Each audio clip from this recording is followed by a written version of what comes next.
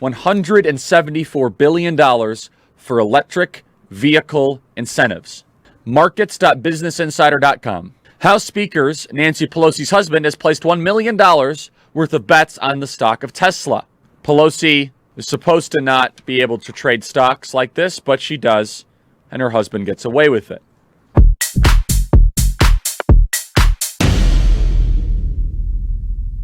I want to start with a story that a lot of people are talking about, but they're not talking about it correctly. And that is Joe Biden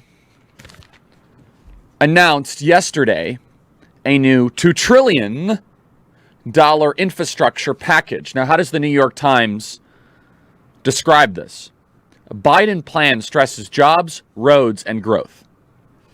Included in the plan would be Joe Biden raising corporate taxes to be the highest effective tax rate in the world. Now, the first thing that the left and the Democrats are not telling you, and the reason why they are advocating for tax increases, is because they know inflation is coming.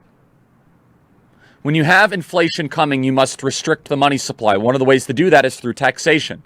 George H.W. Bush famously did that after he promised not to raise taxes. He said, "Read my lips, no new taxes," and he raised taxes because he felt pressure under inflation. So the fact that Joe Biden is advocating for higher taxes is not because Joe Biden actually cares about how to pay for these programs. Deficits do not matter to Democrats. Instead, Joe Biden is worried that he might have to explain away 8% inflation next year. And by the way, an 8% inflation, which very well might be coming, might already be here. You want to talk about a tax on the middle class? You want to talk about suppressing working people? That's what you're going to get when you create $6 trillion out of thin air like Joe Biden has. His plan, $2 trillion infrastructure package that has been announced, is one of the largest in American history. He says it's all about union jobs, which of course we know that's not true. Joe Biden didn't write this plan. It was written by Ron Klain and the people running our government.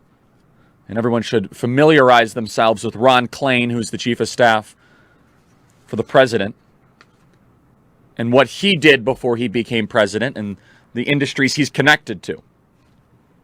But there's one part of this in particular that I think explains this entire infrastructure package. And the activist media, the Washington Post and the New York Times, are completely ignoring it. It has here what's in the infrastructure package. $46 billion for clean energy manufacturing.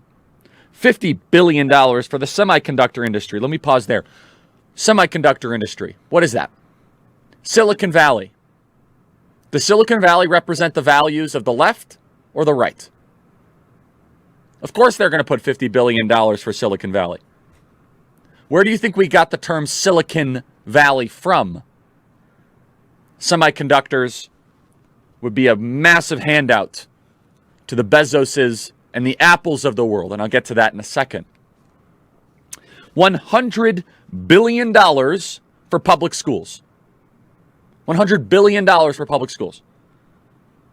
Joe Biden is making good on his promise to the National Education Association and the American Federation of Teachers, the two largest teacher unions in the country, that he is going to pay them back for what they did for him and the indoctrination that they are putting forward. Here's one, $10 billion for federal buildings. I'm very curious the rationale for this. What federal building needs updating so badly we need to spend $10 billion on it? $12 billion for community colleges. $213 billion for affordable housing. You know, if you go to Palo Alto, and we're going to be in San Jose next week, by the way. If you guys want to come see us, tpusa.com/genfree. When I was in Palo Alto once, and all these people complain about the price of housing and that we need more affordable housing. And they have all these committees about how they can do it. You know how you get housing to be more affordable? You build more homes. And you don't build vertically, you build horizontally. But the environmentalists don't like that. And you know who else doesn't like that? The people that already have their homes, because it decreases their property value. More homes, more supply. Therefore, the $6 million home in downtown Stanford is not worth as much. Other, I kid you not. The front page of the New York Times about Biden's infrastructure plan has $35 billion for other. $35 billion for other. He's proposing a plan to Congress with $35 billion for other. Could you imagine if Trump submitted a budget that said we need $35 billion for other? $20 billion for underserved communities. It's awfully unspecific. But here's the most important one. $174 billion for electric vehicle incentives. And then I was reminded when I read that exactly what's going on here. Markets.businessinsider.com. Nancy Pelosi's husband has invested over $1 million into bullish bets on Tesla's stock. This was 2 months ago. House Speaker's Nancy Pelosi's husband has placed $1 million worth of bets on the stock of Tesla. He also put a bunch of money into Apple semiconductors. Pelosi is supposed to not be able to trade stocks like this, but she does, and her husband gets away with it. And that best summarizes this entire infrastructure package put forward by Biden. The only way that we will defeat this is not on the merits of infrastructure. And let me be very clear. I'm pro-infrastructure. This bill does not accomplish any of that. If there's one place that we should spend domestically to make our country strong and put our country first, it's in infrastructure. These projects will take a decade. It'll be a handout to union labor and crony special interests. And that's where we must focus. The $174 billion for electric vehicle incentives, this might as well be a direct deposit, an ACH, right into the ruling class's bank account. That's what this is. This right here is wire instructions for the billionaires in America. $35 billion for other.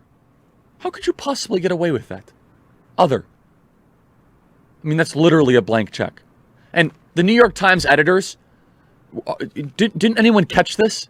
Did anyone from the New York Times, when they published other, not pick up the phone or a request for comment to the White House? Dear Jen Psaki, what is other in your plan? Best regards, Maggie Haberman. No, is that not a thing? $35 billion. That's the GDP of a small Eastern European country. $35 billion for other. Research at HBCUs. $25 billion. Community investment, $20 billion. What does that mean? $50 billion. Semiconductor industry.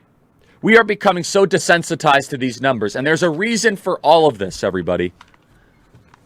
And I'm going to walk you through exactly what's really happening here.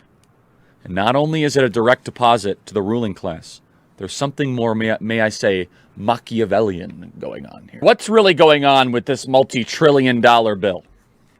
What's going on is Democrats are relentlessly playing offense to pummel conservatives into submission and remake America in their image. People ask all the time, Charlie, what do they want? They haven't thought that through. Most of them want power. Some of them truly believe that America is so broken, so backwards, and that they possess the right answers, that they must be in charge. And unfortunately, this last year, we have seen that people value safetyism far over liberty. They regard the Leviathan, as Thomas Hobbes warned us against, that people do not actually want to make rational decisions, but instead, they would much rather prefer to be provided for or taken care of. This infrastructure package, alongside H.R. 1 and H.R. 5 and D.C. as the 51st state, shows that Democrats are uninterested in preserving an America that you and I love. They're trying to remake it, as Barack Obama said, to fundamentally transform America in their image. The New York Times is right on board. And Republicans, the way Republicans are going to respond to this is totally wrong. Do you want me to tell you my least favorite talking point in the conservative movement? Connor's heard me say this before, producer Connor. Same with Andrew. You know my least favorite talking point? So how are we going to pay for it? That's what I'm hearing from the chattering class and the talking heads and the establishment Republicans. So how are we going to pay for it? Do you know what that talking point means to me? You've already conceded the point that it's a good idea. Now it's just a matter of finding financing. It's saying like, look, we should go buy the home. Now we just got to find a bank to underwrite the loan.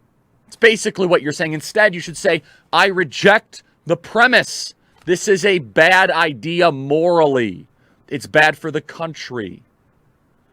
Even if we were completely financially solvent and we had a balanced budget, which we have not had in quite some time, that we weren't running $4 trillion deficits. Even if all those things were true, I would oppose this vehemently because this is a bad idea.